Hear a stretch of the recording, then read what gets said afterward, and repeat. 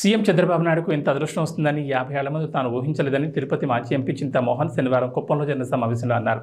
గతంలో తాను Tirupati town youth Congress అధ్యక్షుడిగా ఉన్నప్పుడు చంద్రబాబు నాయుడు పులిచెర్ల బ్లాక్ కాంగ్రెస్ అధ్యక్షుడిగా పనిచేశారన్నారు.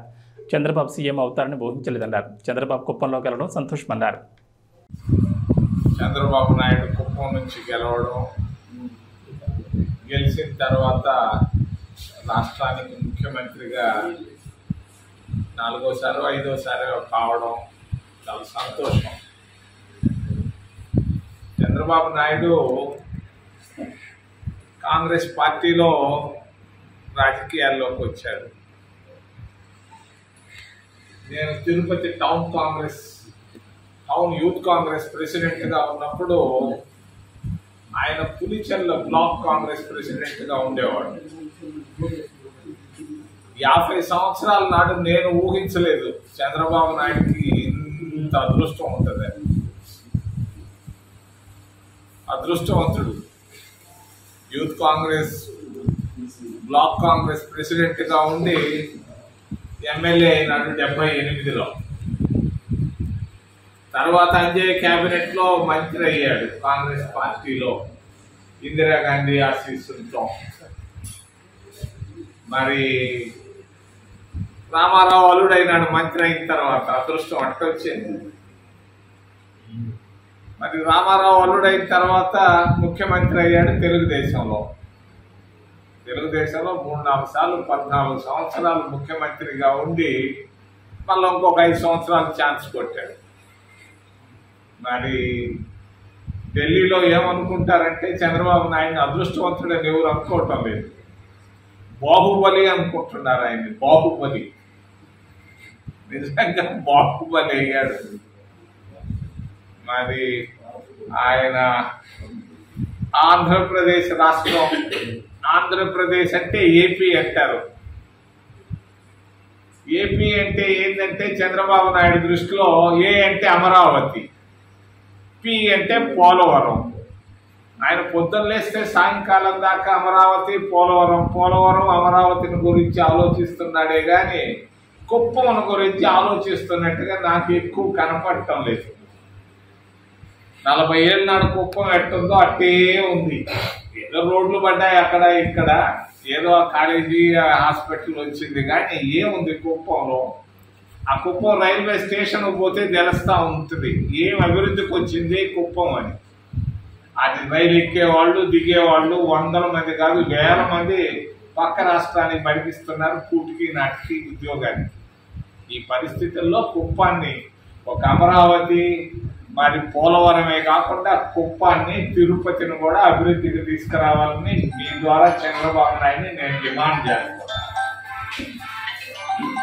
మరి జగన్మోహన్ రెడ్డి ఈ మధ్య ఒకరోజు నెల్లూరు జైలుకి వెళ్తాడు, ఆడెవరో ఉన్నాడని. ఇంకొకసారి నంద్యాలకు వెళ్తాడు, నంద్యాల నెల్లూరు మధ్యలో ఢిల్లీ అంటాడు. 2 నెలలకే ఓపిక తగ్గిపోయింది జగన్మోహన్ రెడ్డికి. అయ్యో పాపం 5 సంవత్సరాలు ముఖ్యమంత్రిగా ఆంధ్రప్రదేశ్ రాష్ట్రాన్ని భ్రష్టు పట్టించేసి 2 నెలలకి శాంతి భద్రతలు పోయినాయి అంటాడు. ఎక్కడ? శాంతిపురంలో పోయినాయా లేకపోతే ఎక్కడ పోయిందా శాంతి భద్రతలో? బాగా చక్కగా చేస్తున్నాడు చంద్రబాబు నాయుడు. మా పార్టీలు వేరైనా కూడా నేను మొన్న సెక్రటేరియట్కి వెళ్ళాను, సచివాలయానికి అమరావతిలో. 5 సంవత్సరాలు నాడు పోయాను ధర్మాన ప్రసాద్ రావును కలిసేదానికి. ఆ రోజు సచివాలయంలో 9 కార్లు ఉన్నాయి మొత్తం కలిపి. నాతోటే కలుపుకుంటే ఒక 10-15 మంది ఉంటారు. నిన్న కాక మొన్న విజయవాడలో నేను అమరావతికి వెళ్ళాను. బాగుంటారు జనాలు, ఫుల్గా. మంత్రులు పనిచేస్తున్నారు, ఆఫీసర్లు పనిచేస్తున్నారు, పోలీసులు పనిచేస్తున్నారు. దర్జాగా జరిగిపోతా ఉంది అమరావతి. పరిపాలన జాగ్రత్త పరుడు చంద్రబాబు నాయుడు. అతనేమో అమాయకుడు కాదు, చాలా తెలివిపరుడు. కాకపోతే కుప్పాన్ని గురించే పట్టించుకోవటం లేదు ఎక్కువగా. ఊరికి అట్టొచ్చి మాటలు చెప్పేసి తెలుపుతున్నాడు. మరి ఈ దఫా అయినా ఈ 5 సంవత్సరాల్లో పట్టించుకుంటాడు. కనీసం ఇక్కడ జర్నలిస్టులు 10-20-30 మంది ఉంటారు. వాళ్ళకి ఇళ్ల స్థలాలు లేకుండా, వాళ్ళు ఇళ్ళు లేకుండా ఇబ్బందులు పడుతున్నారు. తిరుపతిలో 50 మందికి నేను ఇళ్ల స్థలాలు ఇప్పించాను, ఇళ్ళు కట్టుకున్నారు, దర్జాగా ఉన్నారు. అందులో ఒక ఆయన ఎమ్మెల్యే కూడా అయినాడు. ఏ కుప్పం నుంచి మీకు ఇళ్ల స్థలాలు ఇచ్చి ఇల్లు కట్టించుకునేటట్టు చేస్తే తప్పే ఉంది. మంచి స్థలం ఇవ్వాలా. ఆడాడో శాంతిపురంలోనో లేకుంటే వీకోట్లో ఇస్తే లాభం లేదు. కుప్పం మధ్యలో మంచి స్థలం ఇచ్చి మీ చేత ఇల్లు కట్టించుకునేటట్టుగా చేస్తే బాగుంటుందని తెలియజేస్తూ రాగానే నాకు చెప్పారు, తిరుమల దేవస్థానంలో మాకు కూడా దర్శనాలు కావాలని అడిగారు. నిజం, అది ప్రతి ఒక్కరు కోరుకుంటున్నారు. ఎందుకు ఇవ్వకూడదు జర్నలిస్టులకి? కుప్పం జర్నలిస్టులు ఏం పాపం చేశారు? ఎప్పుడో నెలకో 3 నెలలకో 4 నెలలకు ఒకసారి వచ్చినప్పుడు, తిరుపతి వచ్చినప్పుడు అడిపోయి దేవుడికి ఒక దండం పెట్టుకొని వెనక్కి రావచ్చు కదా. ఎందుకని దీని గురించి నేను తిరుపతి దేవస్థానాన్ని నేను మీ ద్వారా డిమాండ్ చేస్తున్నా. మరి చిత్తూరు జిల్లాలో ఉన్న ప్రతి అక్రెడిషన్ ఉన్నటువంటి ప్రతి జర్నలిస్టుకి తిరుమల పైకి కొండకి వెళ్ళేదానికి వచ్చేదానికి దర్శన భాగ్యాన్ని ఏర్పాటు చేయాలని యుఓని శాబల్ నేను డిమాండ్ చేస్తున్నా, సున్నితంగా డిమాండ్ చేస్తున్నా. ఈ కార్యక్రమం వెంటనే ప్రతి జర్నలిస్ట్ అడుగుతున్నాడు, మా బంధువులు పోవాలి లేకుంటే మా స్నేహితులు వస్తున్నారు అది ఇదని. ఒక ఆయన ఫోన్ చేశాడు, ఆయన అయ్యా నాకు కూతురు వస్తా ఉంది దర్శనం కావాలని. ఈ విధమైన పరిస్థితులు ఉండకూడదు. అందుకని నేను చెప్తున్నాను, తిరుపతి దేవస్థానంలో ప్రతి జర్నలిస్టు ఎవరైనా అక్రెడిషన్ ఉంటే వాళ్ళకి లిబరల్గా అలో చేయమని డిమాండ్ చేస్తూ, ముఖ్యంగా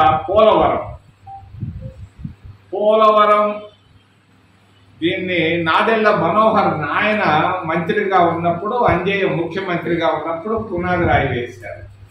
ఆయన 10 లక్షలు ఇచ్చాడు ఆ రోజు, మొదట 40 సంవత్సరాల క్రితం. మరి ఆ పోలవరం ప్రాజెక్టుకి నేను చంద్రబాబు నాయుడు అడుగుతా ఉన్నా. ఇప్పటికే 10 సార్లు పైన అడిగి ఆయన వినపడుతుందో లేదో, ఆయన తెలుసుకుంటున్నాడో లేదో నాకైతే తెలియదు. ఇందులో 4 ముఖ్యమంత్రులు దీంట్లో బాగా ఉత్సాహంగా పనిచేశారు. ఒక ఆయన రాజశేఖర్ రెడ్డి 6 సంవత్సరాలు 5.5 సంవత్సరము ఉన్నాడు. 5.5 సంవత్సరాల్లో రాజశేఖర్ రెడ్డి